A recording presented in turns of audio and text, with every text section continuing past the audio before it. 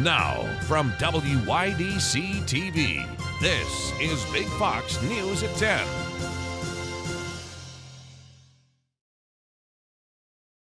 Good evening. I'm Jennifer Lindgren. The body of a missing Savona man has been found. 79-year-old Eugene Mattoon was found in the Cohocton River by forest rangers near the town of Irwin on Monday. Mattoon was first reported missing on Friday afternoon near the town of Campbell, prompting a widespread search. The Steuben County Sheriff's Office and state police were involved in that search. First responders were called to downtown Elmira after a car crashed into the Chemung County Library. The crash happened around 11 this morning. Initial reports indicate the driver was attempting to brake before accidentally accelerating into the building. The building suffered minimal damage. No word on any injuries. Elmira is about to get a big makeover after the City Council voted on a road project that is meant to revitalize downtown. Big Fox's Matt Kleindienst tells us about the changes coming to the area. Good evening, Jennifer. After finishing the revitalization project of West Water Street, the City of Elmira voted to continue that project onto East Water Street. East Water Street will look a little different to residents in a few years. On Monday, the Elmira City Council voted to move forward with a revitalization project for East Water Street. The vote comes just 5 months after the West Water Street revitalization project was completed. The upcoming project will employ many of the changes brought to West Water Street, including better walkways and public benches. Work will start at the Clements Center Parkway and go all the way down to Madison Avenue. According to the proposal, 80% of the project will be federally funded, with New York funding 15% and Elmira funding the remaining 5%. The project is expected to begin in 2024. Matt Kleindienst, Big Fox, WYDC in Corning. A Cheektowaga woman was arrested after being caught with 2 fake vaccination cards. State police charged 24-year-old Kaya Heinrich with possession of a forged instrument, a Class D felony. The charge carries a 7-year prison sentence. However, the Erie County DA ruled out prison time in the event of a conviction. Police in Washington arrested a man responsible for the gruesome killings of homeless people in New York and Washington, D.C. Alexis McAdams gives us more details on the case. ATF agents in Washington, D.C. arrested this man they say is behind the string of attacks against homeless people in D.C. and New York City. The arrest coming one day after NYPD and Washington Metro Police released these photos and videos of that suspect. He's accused of killing 2 men and injuring 3 others during a 9-day rampage across both cities. He looked around, he made sure no one was there, and he intentionally took the life of an innocent person. In this tweet, the Washington, D.C. police confirming that the suspect was picked up just blocks away from the White House. Investigators say they believe he used the same handgun in all of those shootings. Those attacks unprovoked, according to police, and the suspect approached most of the victims while they were sleeping. Washington, D.C. is not manufacturing guns. New York City is not a gun manufacturing city. But the guns are ending up on our streets.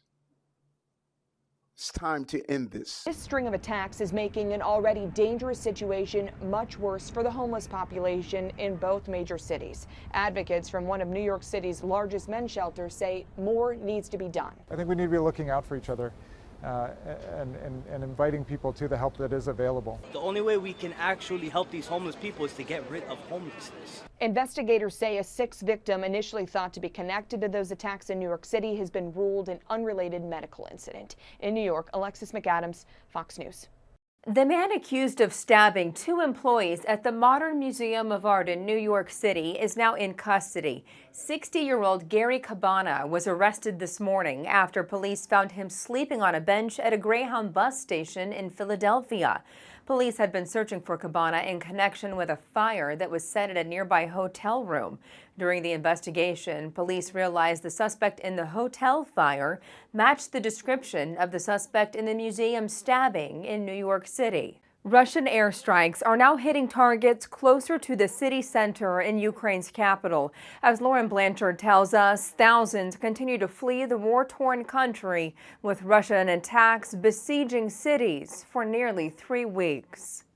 Kiev placed under an around-the-clock curfew through Thursday morning as Russian airstrikes and artillery continue to devastate the capital. I call to everyone, every civilian, please spend the time, if it's possible, in bunkers. Bombs continue to fall around Kiev. At least 4 multi-story buildings were hit by Russian attacks. The UN says more than 600 civilians have been killed throughout Ukraine, though the true number could be much higher. Kiev's mayor called on men of fighting age to return to the capital and says Ukrainians are prepared to defend the city until it falls. We're fighting right now, not just for our country. We're fighting all together for our values, our principles. The Ukrainian president told members of an EU task force that he no longer expects to be able to join NATO, but is still looking for any help he can get, like weapons and fighter jets and stronger economic sanctions on Russia. Acknowledge Russia as a rogue state, and there has to be a trade embargo with Russia. Ukrainian President Volodymyr Zelensky will address Congress on Wednesday, seeking more assistance from the U.S. Ukraine's former leader is warning Western countries not to try to negotiate with the Kremlin. And if we will be strong and united, we stop Putin. If you find out to compromise with Putin, Putin go further. New evacuation efforts are underway throughout Ukraine. More than 3 million refugees have fled since the war began.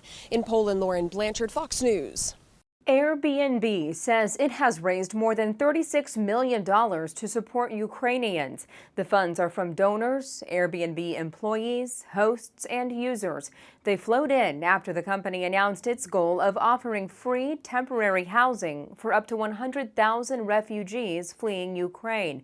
Since February 28th, more than $17 million have been donated to Airbnb's nonprofit affiliate by Airbnb and its founders. China lockdowns because of COVID are likely to impact Apple, Volkswagen, and Toyota. The new wave of lockdowns in the country are endangering the production of some products and threatening to make inflation worse. Crucial Apple suppliers like Foxconn in Shenzhen have been forced to close due to a city lockdown imposed by the government on Sunday. A Toyota production line, which usually produces RAV4 SUVs, has been closed down indefinitely. Volkswagen plants that make sedans were shut down until at least tomorrow. Your complete forecast is coming right up after this break. Here's your local stock market update from Big Fox.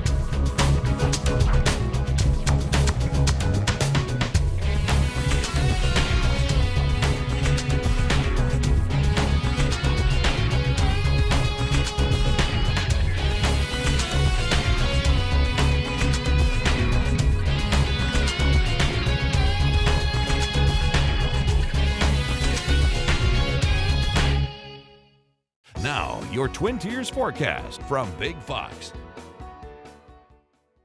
All right, thanks again for checking in as we take a look at your local forecast. And here is the view from the National Weather Service in Binghamton earlier Tuesday. You can see some clouds, definitely some milder temperatures allowing that snow to melt pretty rapidly. And the radar and satellite view from earlier in the day actually showing some scattered rain showers developing closer to home, and then even some snowfall as you headed north of the Great Lakes region. Now, we do expect to see mild temperatures continue through the week ahead, waking up to 35 in Elmira Corning.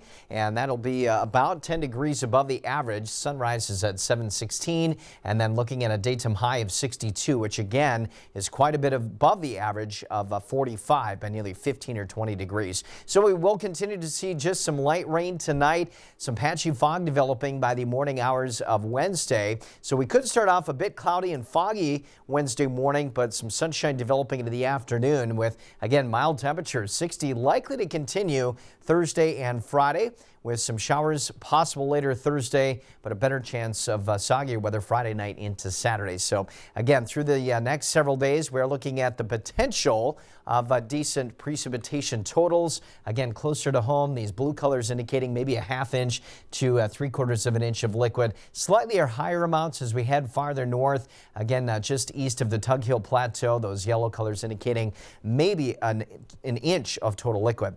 So as we continue on through the night tonight, Again, light precipitation and then patchy fog. That'll stick around through the morning, but eventually some sunshine into the afternoon. Again, a nice mild Wednesday, but the clouds starting to thicken up as we have a little batch of precipitation sliding through on Thursday. Again, just some light rain and drizzle expected. That'll be about it. Total amounts of liquid through 7 p.m. Thursday on the order of maybe a few 100ths of an inch. We'd be lucky to get a 1/10 of an inch, but waking up to 35 degrees with some scattered very light showers ending early.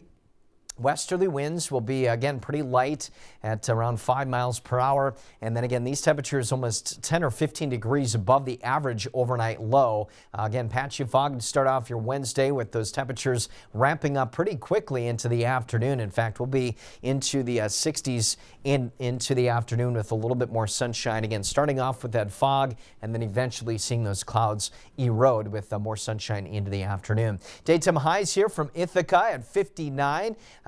We will see again maybe a few upper 50s across the southwestern part of our region, but Elmira Corning topping out into the lower 60s, which again will be a good 15 to 20 degrees above average. These mild temperatures continue through the rest of the week. Some light showers on Thursday. A better chance of rain, though, Friday and into Saturday. Some of that could change over to a little bit of snow. We'll continue to monitor that, but overall mild temps through Monday. A fresh reading on inflation. Why Amazon is relocating employees from its Seattle office and more pandemic changes are going away. CJ Papa has these stories and more in today's Business Briefs. Inflation still very high, but there are signs of some improvement. The Producer Price Index, prices at the wholesale level, rose 0.8% in February. And in the year ending in February, the increase was 10%, still very strong. However, the month-to-month increase excluding food and energy was up 0.2% in the month ending February, a smaller increase than was expected. Crime in Seattle getting so bad, Amazon temporarily relocating some 1,800 employees from its downtown office. The company says it is hopeful conditions will improve enough to bring employees back. Mayor Bruce Harrell's office told Fox News he is working to make downtown safer, but it may take time. Volkswagen says it is back to making a profit in North and South America for the first time in years. It also saw business improve in China, though it was held back there by the semiconductor shortage. Toyota is making additional production cuts this month in Japan because of a shortage of semiconductor chips. It already had reduced its estimate for production this quarter by as much as 20%. Toyota also halting production at a plant in China because of a COVID outbreak there. Toyota, Volkswagen, and other automakers have also stopped production at their Russian plants because of supply chain disruptions after Russia's invasion of Ukraine. And Costco will eliminate its special shopping hours. It started in March of 2020 for those most at risk for COVID-19, people over 60, and for healthcare workers and first responders and those immunocompromised. The last day of special hours will be April 17th. Texas oil producers are begging President Biden to let them drill more instead of turning to OPEC countries like Venezuela. Lauren Simonetti is in the heart of the Texas oil country with this report. American drillers are battling time and money. The Biden administration turned its back on the industry 14 months ago, and playing catch-up is complicated as Americans face record-high gas prices and the White House looks to foreign countries to replace the Russian oil banned from the market. Domestic frackers are looking to boost output fast. The company here, Tall City Exploration, now operating 2 rigs in the Permian Basin, currently employing 100 workers, almost 200 vendors. But as the White House looks to countries like Saudi Arabia and Venezuela to fill the void here at home, the folks in American oil country say they're ready and able to answer the call. We'll see if the administration really wants to come out and support oil and gas instead of going to recommending that we go to foreign countries to supply. We've got the reserves right here in America. We've just shown you a great opportunity on our little piece of the world right here to develop significant amount of reserves. Drilling private land in Permian Basin, Texas is faster than on the federal land in the Permian, 10 days versus about 10 months. That's why some drillers are trying to build scale now before financing potentially dries up. Many banks are cutting their investments in oil and gas, but with oil prices even at $60 a barrel, it's a profitable trade.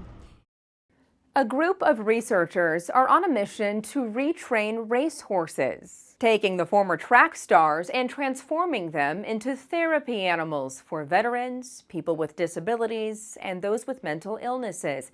Jackie Ibanez has more on the challenges and progress being made to help give these creatures a new life and purpose.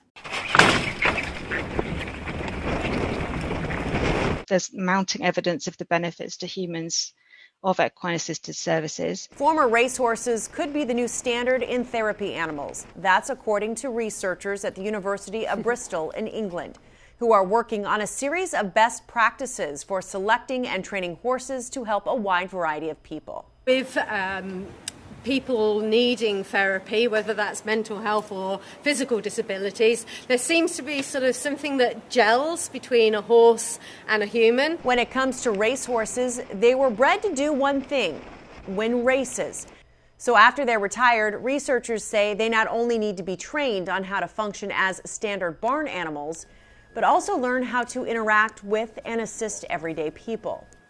You'd be surprised the number of thoroughbreds don't know what to do when you stand them in a field. So the university team is conducting tests to monitor a horse's disposition and attitude during training to understand which horses make the best service animals. How they react to an umbrella opening suddenly in front of them, to how they get over that fright. Are they interested afterwards? Researchers hope this study will give these majestic creatures a second shot at life and save thousands of retired racehorses from potentially being slaughtered or mishandled after they leave their racetracks for good. The CDC reports roughly 2 million U.S. households own at least one horse and recognizes riding and working with the animals can help someone improve their self-confidence and self-esteem. After a tough 2 years, students at one Santa Maria, California school get to relax and unwind with some furry visitors. Patricia Martellotti has more on the students' reaction to therapy dogs in school. Therapy dogs?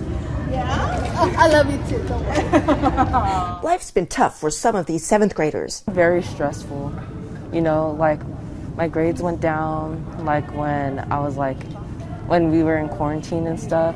But during lunch break at Festal Junior High, there's no fear. Several furry friends like Ella came by. Having fun because I'm getting to hang out with the dogs and stuff.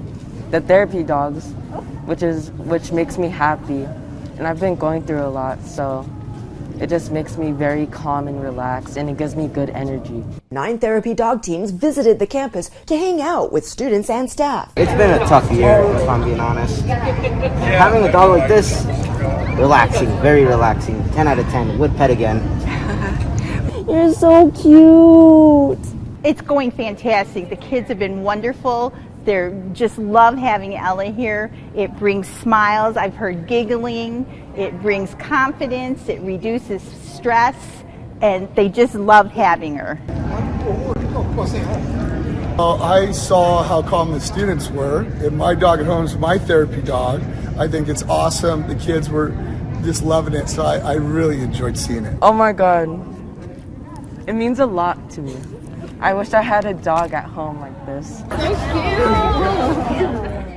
Distinguishing between Alzheimer's and normal aging is causing challenges. The Alzheimer's Disease Facts and Figures report by the Alzheimer's Association finds both doctors and the public have a hard time understanding and determining what is early Alzheimer's development and what is normal aging in patients.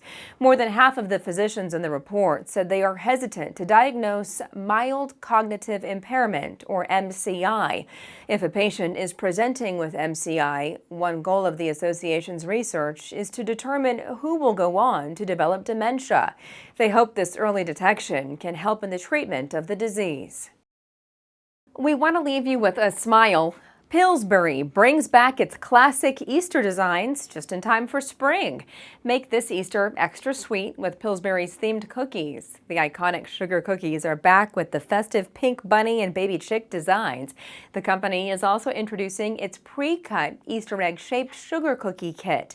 Why paint an actual egg when you can decorate an egg-shaped cookie?